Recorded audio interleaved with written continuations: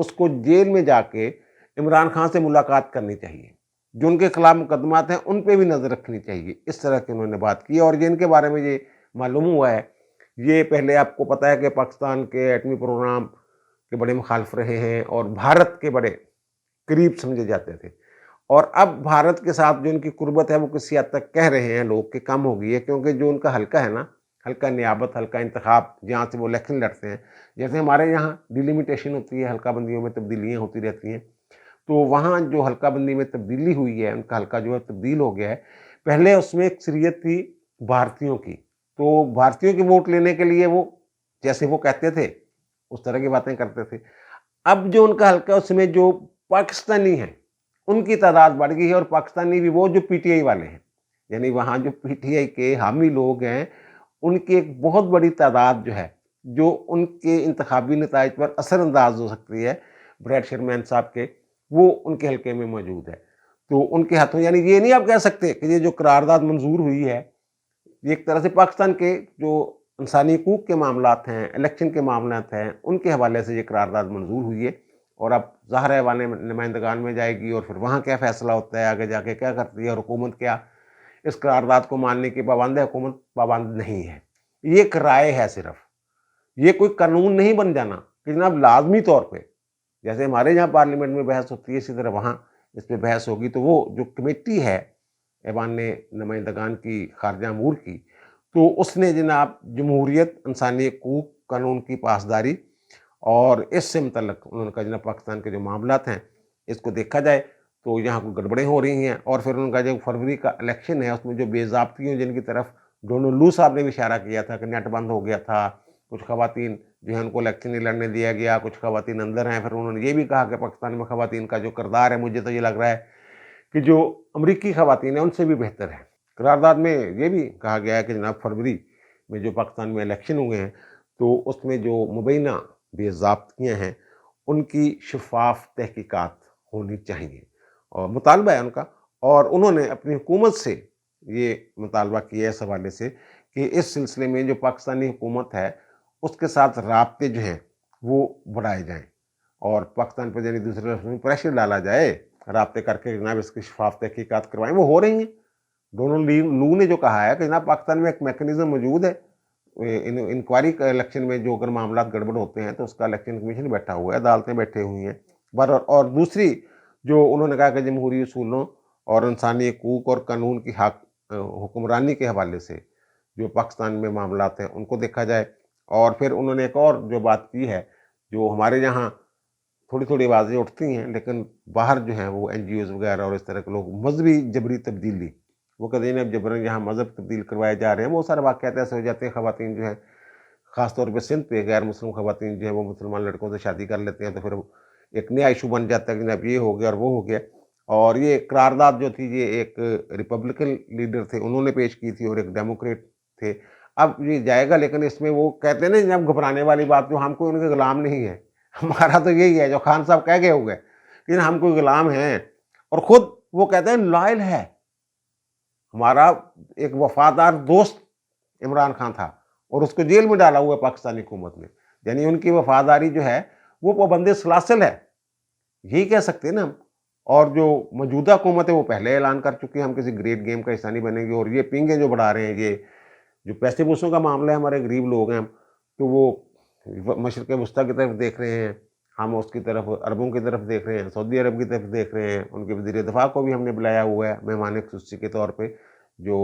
23 مارچ کی جو ہماری پریڈ ہوتی ہے اس میں، اور چائنا کی طرف دیکھ رہے ہیں، اور پھر کچھ بانڈ شانڈ جاری کریں گے ہم، اور بانڈ شانڈ جو ہے اس میں سود ہم اتنا زیادہ دے دیتے ہیں کہ اگر جو بانڈ بیچ کے جو پیسے ہمیں ملنے ہیں اس سے اگر ہم کوئی منافع نہیں کمائیں گے، کسی پروجیکٹ پہ نہیں لگائیں گے، تو پھر تو وہ ہمارے اوپر ایک بوجھ پڑ جاتا ہے، اور یہ فائدہ اس سے یہی اٹھاتے ہیں، ہمارے اوورسیز پاکستانی بھی فائدہ اٹھاتے ہیں۔ عمران خان کے دور میں جتنے بھی 8% تک سود، وہاں 2% ہے، یہاں 8%، وہاں سے وہ 2% میں سود لے کے قرضہ وہ پاکستان میں انویسٹ کر دیتے تھے، وہ جو پتہ نہیں کون سا پروگرام تھا، روشن پاکستان، اور کیا کیا نام رکھے ہوئے تھے انہوں نے، تو وہاں وہ انویسٹ کر دیتے تھے، 6% گھر بیٹھے سود لے جاتے تھے وہ، تو وہ جو پیسہ وہاں سے آنا ہے اس کو اگر اللہ تللوں میں خرچ کرنا ہے تو پھر ایسے بانڈوں شانڈوں کا فائدہ کوئی نہیں ہے۔ بہرحال، اور دوسری جو بات یہ میں کہہ رہا تھا کہ جو مریم نواز شریف ہیں، یہ جو قوم کا اعتماد ہے پاکستان کے عوام، پنجاب کے عوام کا، وہ جیتنے میں کامیاب رہی ہیں۔ اور انہوں نے دیکھ لیں اب کتنی دیر ہو گئی انہیں وزیر اعلیٰ بنے ہوئے، تو انہوں نے کوئی 30 کے قریب جو پروجیکٹ ہیں مختلف وہ شروع کر دیے ہیں۔ ان میں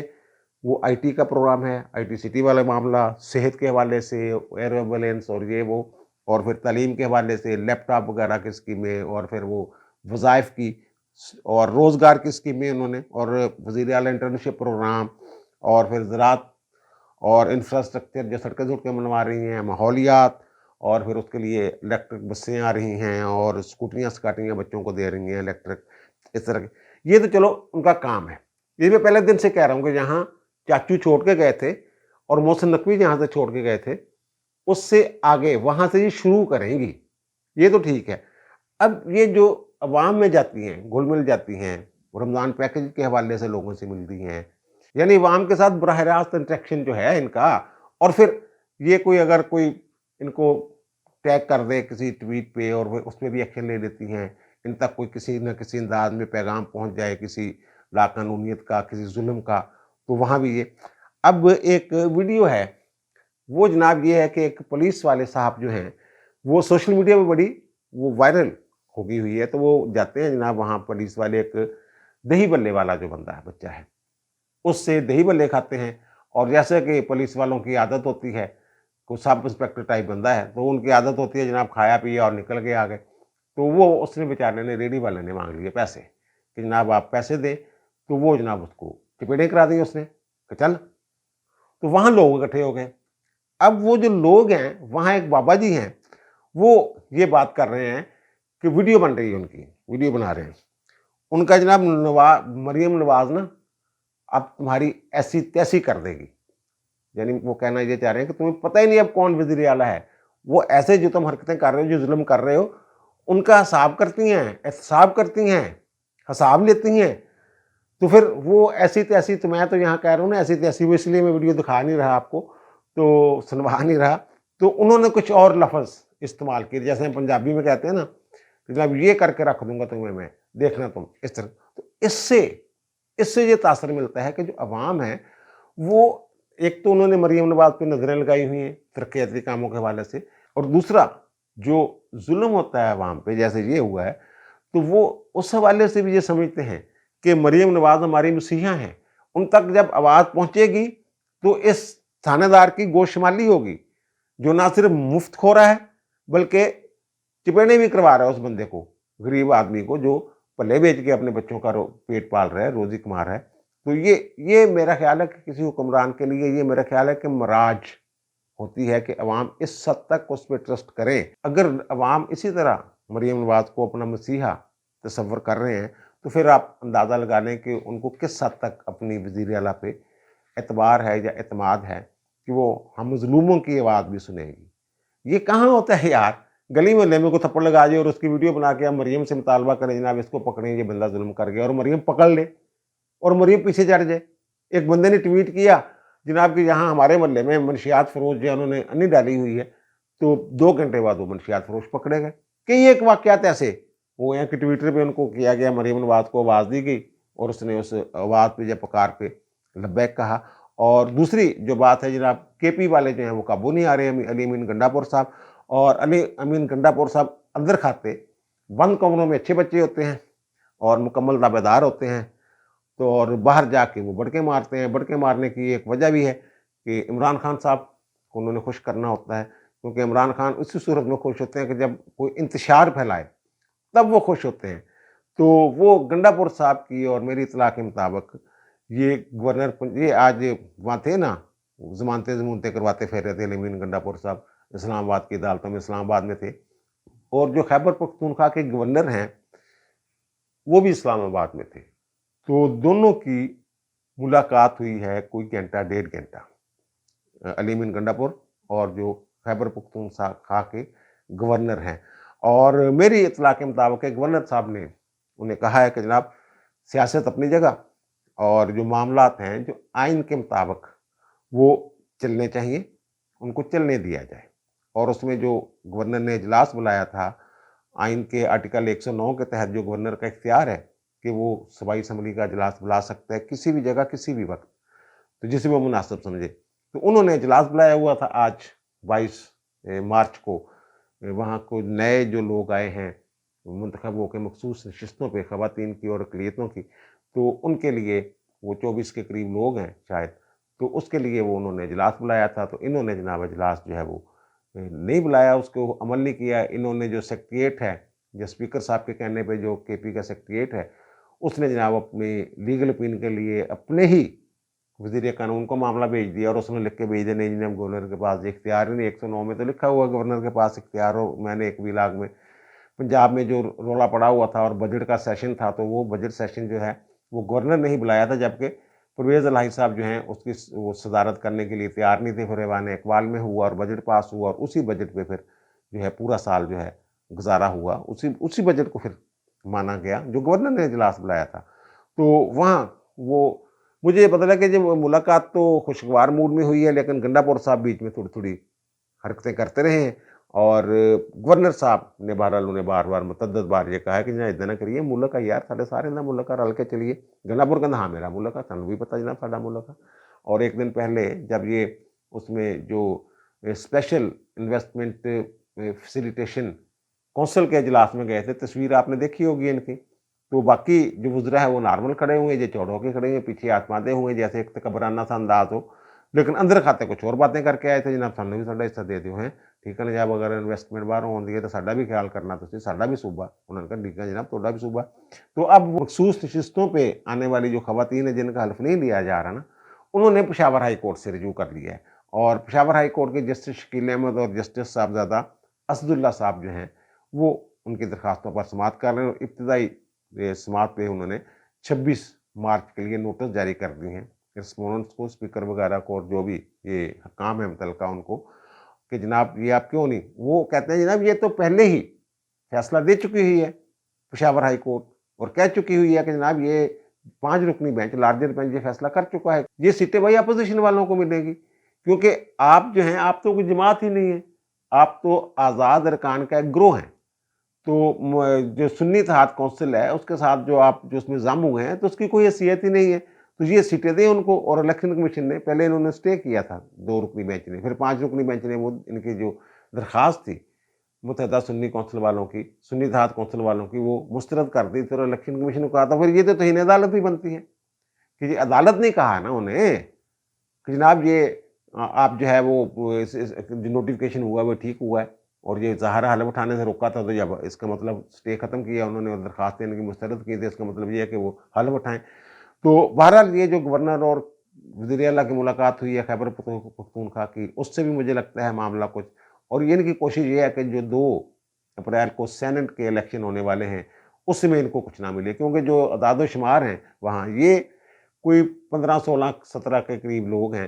جو اپوزیشن والے ہیں، سارے اگر متحد بھی ہو جائیں تو ان کو 24 کے قریب جو ہیں وہ سیٹیں مل رہی ہیں، مخصوص نشستیں وہ زیادہ ہیں ان کی جنرل نشستوں سے زیادہ ہیں، برابر 41 40 41 42 یہ اتنے ہو جائیں گے۔ اگر ان کو حلف نہیں اٹھانے دیا جاتا اور الیکشن ہو جاتے ہیں تو پھر جو ہے وہ جو تمام نشستیں ہیں وہ لے جائے گی یہ متحدہ جو سنی اتحاد کونسل والے ہیں، جو پی ٹی آئی والے ہیں وہ لے جائیں گے، کیونکہ میرا خیال ہے کہ 17 یا 17 ووٹ چاہیے ایک سینیٹر کو وہاں سے منتخب ہونے کے لیے، تو یہ کوئی گڑبڑ ہو جائے گی، ہو سکتی ہے کہ ساری سیٹیں لے جائیں، ایک سیٹ لے جائیں، اگر یہ لے جاتے ہیں جناب سیٹیں مل جاتی ہیں ان کو، اور یہ ان کی کوئی 42 41 42 کے قریب، تو پھر یہ 2 نشستیں جیتنے میں کامیاب ہو سکتے ہیں وہاں سے، جنرل نشستیں 2، ورنہ شاید ایک بھی نہ ملے۔ تو 2 نشستیں اگر، اور ان میں ٹیکنوکریٹ یا خواتین کی نشست پہ ان کو کچھ نہیں ملنا، وہ ان کے عددی برتری بہت زیادہ ہے، تو یہ مجھے یہ لگ رہا ہے کہ جو میں کہا نا اونٹ کس کروڑ بدلے گا تو بیٹھے گا، تو اونٹ جو ہے وہ مجھے لگتا ہے کہ الیکشن سے پہلے کچھ معاملات ایسے ہو جائیں گے کہ یہ لوگ جو ہیں جو خواتین ہیں مخصوص نشستوں والی، یہ الیکشن بھی لڑ لیں گی اور اپنا ووٹ جو ہے کہ رائے دہی بھی استعمال کر لیں گے، رولا شولا رہے گا، لیکن رولے گولے کے دوران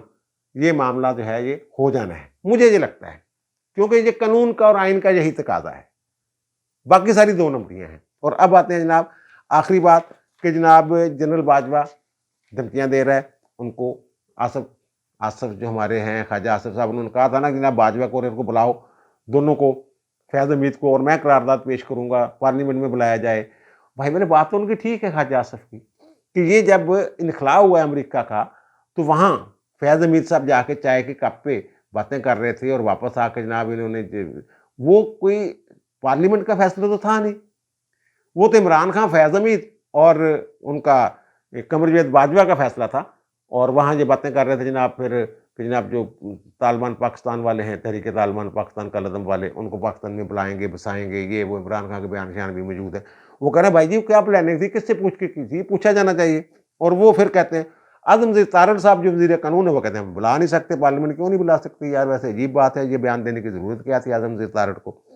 تو وہ جناب خواجہ آصف صاحب یہ کہہ رہے ہیں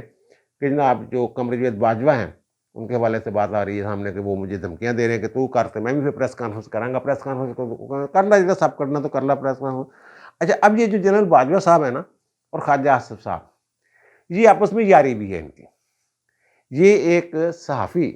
جو ہیں وہ جنرل باجوہ سے جو ملنے والے صحافی ہیں ان میں سے ایک صحافی جو بتا رہے ہیں کہ جنرل باجوہ نے خواجہ آصف کے بارے میں کچھ عرصہ قبل انہوں نے کہا تھا کہ باجوہ میرا یار ہے۔ تو یار کیسے ہیں، وہ کہتے ہیں میرا یار جب میں بریگیڈیئر تھا نا، اور شاید گجرانوالے میں یہ تعینات تھے، تو اس وقت میری جو ہے یہ خواجہ آصف کا یاری بڑی تھی، یعنی یہ فرینڈ ہے، باقاعدہ دوست ہیں، جیسے دوست ہوتے ہیں گھروں میں کھانا کھانا، یہ وہ آنا جانا ساری چیزیں اس طرح کی دوستی ہے۔ تو وہ کہہ رہے ہیں میرے دوست ہیں، اور وہ آخری وقت تک یہ کلیم کرتے رہے ہیں، اس لیے تو فون کیا تھا انہوں نے خواجہ آصف نے، جناب میں نے ہرا رہے ہیں خواجہ آصف نے، اور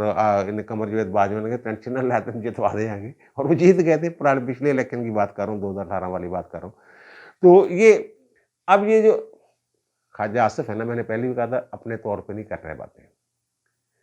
یہ نہیں ہو سکتا کہ خواجہ آصف کی خواہش ہو کہ جناب یہ 2 مہینے میں نا حکومت چلے، ایسا پھڈا پڑ جائے۔ یہ جن کے ساتھ پھڈا پڑنا ہے نا، انہی میں سے کچھ کی خواہش ہے بڑوں کی کہ جناب ان کا احتساب ہو دونوں بندوں کا جنہوں نے اس ملک کا بیڑا غرق کیا، قمر جاوید باجوہ اور فیض حمید۔ اور فیض حمید کی باری جو ہے نا وہ پہلے آنی ہے، قمر جاوید باجوہ کی باری بعد میں آنی ہے، اور یہ یاریاں دوستیاں جو ہیں اس سے کم اوپر چلے گیا، بالا ہو گیا ہے۔ اب دیجیے مجھے اجازت، انشاءاللہ دوبارہ ملاقات ہوگی نئے ویلاگ کے ساتھ۔ اللہ تعالیٰ آپ پر، مجھ پر، ہم سب پر مہربان رہے۔ اللہ حافظ۔